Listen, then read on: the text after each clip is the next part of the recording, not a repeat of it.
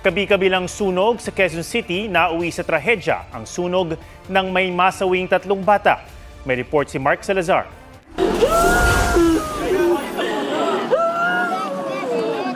Walang patid ang iyak ni Janine. Umalis sila mag-asawa at nabalitaan na lang na nasusunog ang tirahan nila sa Barangay Santo Domingo, Quezon City. Pasado alas 11 ng umaga.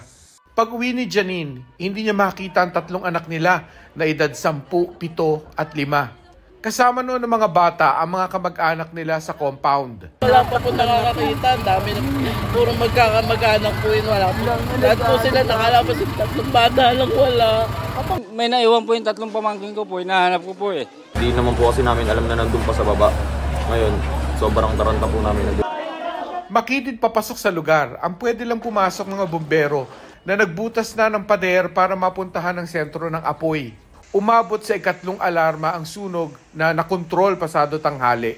Pagdating ng Soko, nakumpirma ang sinapit ng mga bata.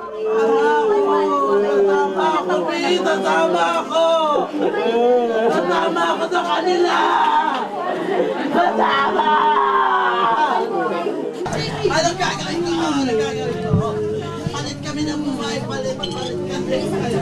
Ayon sa BFP, magkakahiwalay na nakita sa 2nd floor ng bahay ang labi ng 3 bata. Inaalam pa ang sanhi at halaga ng pinsala ng sunog.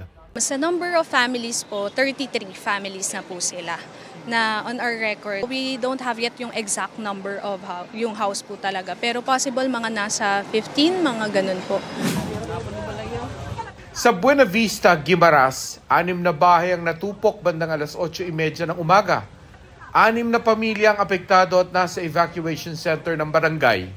Nadamay rin ang ilang tindahan ng feeds, bigasan at butika. Lumalabas na sa tindahan ng bigas galing ang sunog na tinitingnan kung dahil sa problema sa kuryente. Halos 1 milyong piso ang halaga ng mga natupok.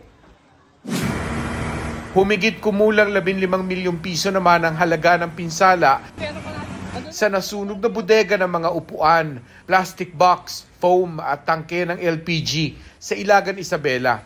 Damay ang ilang nakaparadang sasakyan sa labas. Patuloy ang investigasyon. Mark Salazar, nagbabalita para sa GMA Integrated News.